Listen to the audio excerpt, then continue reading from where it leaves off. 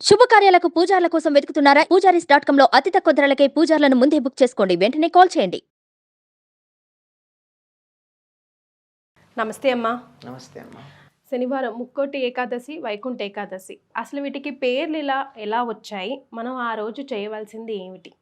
వైకుంఠ ఏకాదశి, ముక్కోటి ఏకాదశి ఈ రెండు పేర్లు ధనుర్మాసంలో వచ్చే శుక్లపక్ష ఏకాదశికి ఉంటాయి. ఏకాదశి, ద్వాదశి, దశమి, పూర్ణిమ ఇవన్నీ చాంద్రమానానికి సంబంధించి చైత్ర నుంచి పాల్గొనం దాకా ఉండాలి కదా. ధనుర్మాసం అంటారు ఏమిటి అని మీకు అనుమానం రావాలి. కానీ ఈ ధనుర్మాసం కొన్ని మార్లు పుష్యమాసంలోనూ కొన్ని మార్లు మార్గశిర మాసంలోనూ వస్తుంది. ఇందులో ఎప్పుడొచ్చినా ధనుర్మాసంలో వచ్చేటటువంటి శుక్లపక్ష ఏకాదశి ఏదైతే ఉందో దానిని వైకుంఠ ఏకాదశి లేక ముక్కోటి ఏకాదశి అంటారు. ఎందుకు అంటే ఆషాఢ శుద్ధ ఏకాదశి నాడు యోగ నిద్రల్లో ప్రవేశించినటువంటి శ్రీ మహావిష్ణువు 4 నెలలు అయిన తర్వాత మేలుకుని నెమ్మదిగా తన పడక గది తలుపు తీసుకుని తన ఇంటి లోపల ఉన్నటువంటి ఆంతరంగికులకి దర్శనం ఇచ్చేటటువంటి సమయం. ఇప్పుడు మామూలుగా మనకి ఇంటికి ఎవరైనా వచ్చినట్టయితే ఆత్మీయులైతే ఇంటి లోపల మాట్లాడతాం, మిగిలినటువంటి వాళ్ళైతే సింహద్వారం బయటకు వచ్చో ముందుకొచ్చో బయటకు వచ్చి మాట్లాడుతాం. ఇంటి లోపలికి అంతరాలయాల్లోకి రానియ్యం కదా, లోపల భాగాల్లోకి. అలా లోపల భాగంలో దర్శనమిచ్చేటటువంటి సమయం ఈ ముక్కోటి ఏకాదశి. అంటే ఆషాఢ శుద్ధ ఏకాదశి నాడు నిద్రకు ఉపక్రమిస్తాడమ్మా. 4 నెలలు నిద్రిస్తాడు, యోగ నిద్ర. 4 నెలలు ఏమిటి లెక్క అంటే మనకి 1 సంవత్సరం జరిగితే దేవతలకు ఓ రోజు అవుతుంది. మన 1 సంవత్సరంలో ఎన్ని పక్షాలు ఉంటాయి? నెలకి 2 పక్షాలు చొప్పున సంవత్సరానికి 24 పక్షాలు. మనకి రోజులో 24 గంటలు ఉంటాయి. మన 24 గంటల్లో మనం విశ్రాంతి తీసుకునే సమయం 8 గంటలు. కనుక 8 గంటలు అంటే 8 పక్షాలు అంటే 4 నెలలు. కనుక 4 నెలలు ఆయన విశ్రాంతి తీసుకుంటాడు.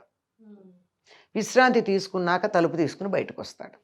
ఇది ఎప్పుడు బ్రాహ్మీ ముహూర్తాన, తెల్లవారుజామున. ఎప్పుడు తెల్లవారుతుంది? ఉదయం 6 గంటలు అయ్యాక తెల్లవారుతుంది మనకి. భగవంతుడికి ఎప్పుడు తెల్లవారుతుంది? మకర రాశిలో సూర్యుడు ప్రవేశించినప్పుడు సూర్యోదయం అవుతుంది. అది ఉత్తరాయణ ప్రారంభం. అందుకే మకర సంక్రమణాన్ని ఏమంటాం? ఉత్తరాయణ పుణ్యకాలం అనేటటువంటి పదం వాడతాం. అక్కడి నుంచి 6 నెలలు ఉత్తరాయణం. ఆ తరువాత జూలైలో వచ్చేటటువంటిది దక్షిణాయనం. దక్షిణాయనం 6 నెలలు రాత్రి, ఉత్తరాయణం 6 నెలలు పగలు. పగలు అంటే సూర్యోదయానికన్నా ముందే లేస్తాం. పద్ధతి తెలిసిన వాళ్ళు, సంప్రదాయం తెలిసిన వాళ్ళు ఎప్పుడు నిద్రలేస్తారు? సూర్యోదయానికన్నా ముందు 4-4:30కి లేస్తారు. సూర్యుడు ఉదయించాక లేవరు. మనం పడుకుని ఉండగా సూర్యుడు చూడకూడదట, అది లెక్క. అది మన నిద్ర లేవడానికి. అసలు ఎవరినైతే నిద్రిస్తుండగా సూర్యుడు చూస్తాడో వారికి ఎక్కువ తెలివితేటలు ఉండవు, అభివృద్ధి ఉండదు అని చెప్తారు. అంటే వాళ్ళని రోగుల కింద పరిగణిస్తాడంట సూర్యుడు అని మా నాన్న చెప్పి. అదే మరి అదే అంటున్నాను, ఏమి ఆరోగ్యం ఉండదని చెప్పాను కదా. మరి అలాంటిది ఆ స్థితి ఉండకూడదు కదా. కనుక ఎప్పుడు లేవాలి? 4-4:30కి లేవాలి. మకర సంక్రమణం నాడు సూర్యోదయం అయ్యేటట్టయితే 1 సంవత్సరానికి ఎప్పుడు లేవాలి?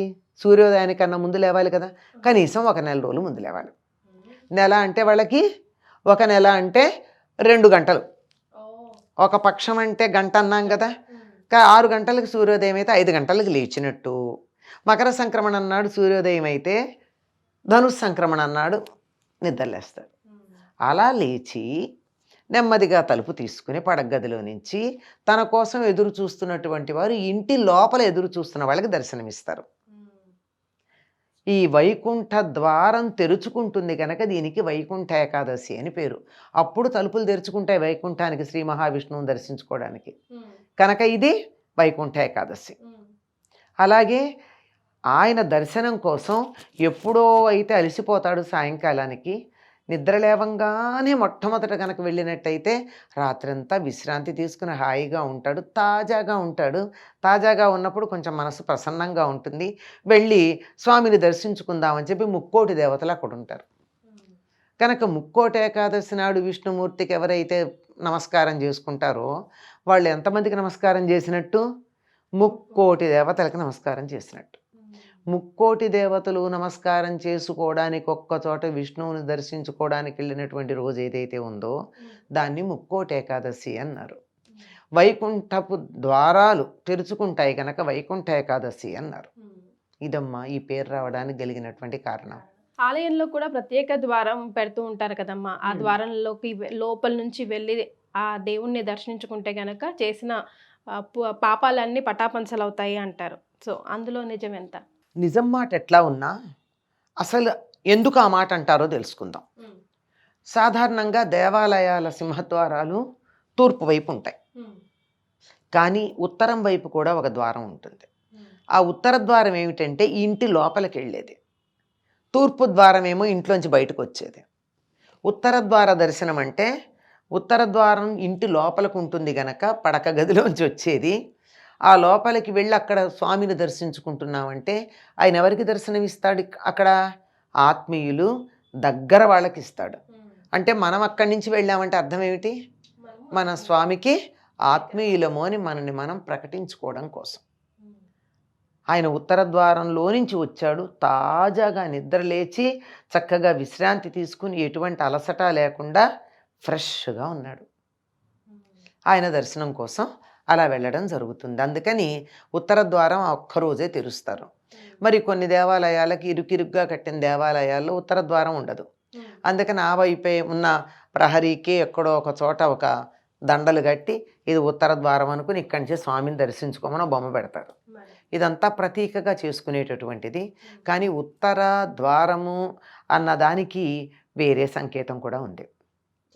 ఉత్తరము అంటే ఏమిటి? ఉత్తర దిక్కు, అంతే కదా. ఉత్తరం అంటే శ్రేష్టము అని కూడా అర్థం.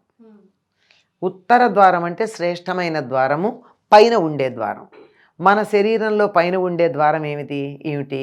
అదే ఆ ద్వారం దగ్గర భగవంతుడు ఉంటాడు కనుక అక్కడికి వెళ్ళి దర్శనం చేసుకోమని.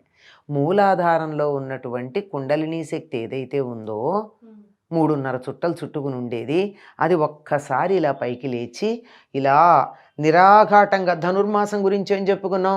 ధనుర్మాసంలో ఏదైనా వింటి నుండి ఎక్కువ పెట్టబడి వదిలినటువంటి బాణంలాగా సూటిగా వెళ్ళిపోతుందని మూలాధారంలో ఉన్నటువంటి శక్తి ఈ వెన్నుపాము ద్వారా సూటిగా బయటికి వెళ్ళి ఇక్కడ ఉత్తర ద్వారం దాకా వెళ్ళడం జరుగుతుంది.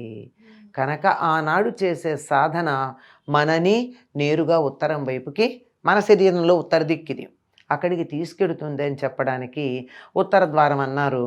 అక్కడ ఉత్తర ద్వారం ఏమో కానీ ఇక్కడ ఉత్తర ద్వారం తెలుసుకునే ప్రయత్నం కనుక చేసినట్టయితే మనం ఆధ్యాత్మిక మార్గంలో ఉన్నత స్థానానికి వెళ్ళేటటువంటి అవకాశం ఉంది. అలాగే అమ్మ, ఏకాదశి కాబట్టి ఆ రోజు ఏకాదశి నియమాలు యాజ్ ఇట్ ఈస్గా ఫాలో అవ్వాలి, ఏమైనా ప్రత్యేక నియమాలు ఉంటాయా? ఏకాదశి నియమాలు ఎలాగూ ఉంటాయి. ప్రత్యేక నియమాలు అంటే ఆనాడు పూర్తిగా విష్ణువుని ధ్యానం చేయాలి. మరి ప్రతి ఏకాదశికి సంవత్సరంలో 24 ఏకాదశులు వస్తాయి. 24 ఏకాదశులు పూర్తి నియమాలు పాటించలేం. ఏదో అభ్యంగన స్నానం కాదు, తల స్నానం చేయడం, అభ్యంగనం చేయకూడదు. ఆ రోజు మామూలు నీళ్ళే పోసుకోవాలి తల మీద. ఓకే, అది భోగానికి చిహ్నం కదా అభ్యంగన స్నానం. చేత మామూలుగా స్నానం చేసి వీలైనంత వరకు విష్ణు స్మరణ చేసి విష్ణు సహస్రనామాదికాలు ఏవో అధ్యయనం చేస్తూ రోజును గడుపుతూ వీలైతే ఏ ఆహారం తినకుండా ఉండడం. మంచినీళ్ళు కూడా తీసుకోకూడదమ్మా? అలా ఏం లేదమ్మా, మన సంప్రదాయంలో అంత కాఠిన్యం లేదు. ఒక్క జ్యేష్ఠమాసంలో అనుకుంటా ఒక్క ఏకాదశికి నిర్జల ఏకాదశి అని పేరు. ఆ ఒక్క ఏకాదశి నాడే నీళ్లు కూడా తీసుకోకుండా ఉంటారు. మన దగ్గర అంతటి కఠినమైనటువంటి నియమాలు, నువ్వు ఇవి పాటించకపోతే నరకానికి వెళ్ళిపోతావని శాపాలు ఏమి ఉండవమ్మా. ఎవరికి ఎంత వీలైతే అంతవరకు పాటిస్తూ ఉండటం, వాటి వల్ల చక్కగా హాయిగా సుఖంగానే మన మార్గం కూడా సుఖంగానే ఉంటుంది. కనుక ఉపవాసం ఉండేటటువంటి వాళ్ళు భోజనం చేయకుండా పళ్ళో పాలో తీసుకోవచ్చు. తీసుకుని భగవద్ధ్యానంలో ఎక్కువ సమయాన్ని గడిపితే మన జీవ ప్రజ్ఞ అలా ఉన్నత స్థితికి అలా పైకి వెళ్ళడానికి అవకాశం ఉండేటటువంటిది. అది ఈ ప్రతి ఏకాదశికి చేసే నియమాల కన్నా దీన్ని మరి కొంచెం అధికంగా, అంటే అప్పుడు ఏదో ప్రతి ఏకాదశికి ఒకసారి విష్ణు సహస్రనామం చదువుతాను అనుకుంటే ఈసారి ఎక్కువ సార్లు చేస్తారు. కొంచెం ఎక్కువగా చేయడం, వీలైతే ఉద్యోగాలకు వెళ్ళిపోతుంటాం కదమ్మా. అదే అమ్మా నేను అన్నది, వీలైతే అన్న పదం ఒకటి వాడాను, పూర్తవని ఇలా మీరు వీలైతే దేవాలయానికి వెళ్ళి ఉత్తర ద్వారం గుండా దర్శనం చేసుకోవడం. అలాగే ఏదైనా అధికంగా చేయాలనుకుంటే చేయడం, ఏది చేయాలనుకున్నా భగవద్ధ్యానానికి సంబంధించినవే చెయ్యాలి. అది కాస్త చేస్తే కూడా ఎక్కువ ప్రయోజనం ఉంటుంది అన్న ఉద్దేశంతో, అంటే ఏ సమయంలో మనం చేసే సాధన ఎక్కువ ఫలితం ఇస్తుంది అని తెలిసి ఋషులు మనకి చెప్పారు. ఈ సమయంలో చేసేది ఎక్కువ ఫలితాన్ని ఇస్తుంది అని. కొంతమంది మేము ఉపవాసం ఉండలేమండి, మందులు వేసుకుంటాం, పొట్టలో ఏదో ఒకటి లేకపోతే ఆ మందులకి వికారం వస్తుంది అంటారు. అటువంటి వాళ్ళు ఏం చేయొచ్చు అంటే పళ్ళో పాలు తీసుకోవచ్చు. ఓకే. లేదండి మాకు అది కూడా పడవు, గట్టిగా ఏదన్నా ఉండాలి ఘన పదార్థం అంటే ఉప్పు లేకుండా తింటారు. ఏదైనా సరే తీపి పదార్థంగా వండినది ఏది తినకూడదు. వండింది కూడా తినకుండా ఉండడం మంచిది. లేదా అలాంటిది ఏమన్నా తినకపోతే ఉండలేను అంటే ఆ వండేటటువంటిది ఏదో ఉప్పు లేకుండా ఉండేది. ఎక్కువ మంది తేలిగ్గా ఉంటుందని సత్యనామూర్తి ప్రసాదం లాగా చేస్తారు కదమ్మా హల్వా, ఆ హల్వా చేసేసుకుంటారు, అందులో ఉప్పు ఉండాల్సిన పని లేదు కనుక. అది లేదంటే అంత తీపి కూడా తినడానికి వీలైన పరిస్థితులు ఉంటాయి కొంతమందికి. అప్పుడు హాయిగా రవ్వనే ఉడకబెట్టుకుని తింటారు, అందులో ఏ రకమైన ఉప్పు కారాలు వేసుకోకుండా. చాలా సంతోషం అమ్మా, ధన్యవాదాలు. మంచిదమ్మా.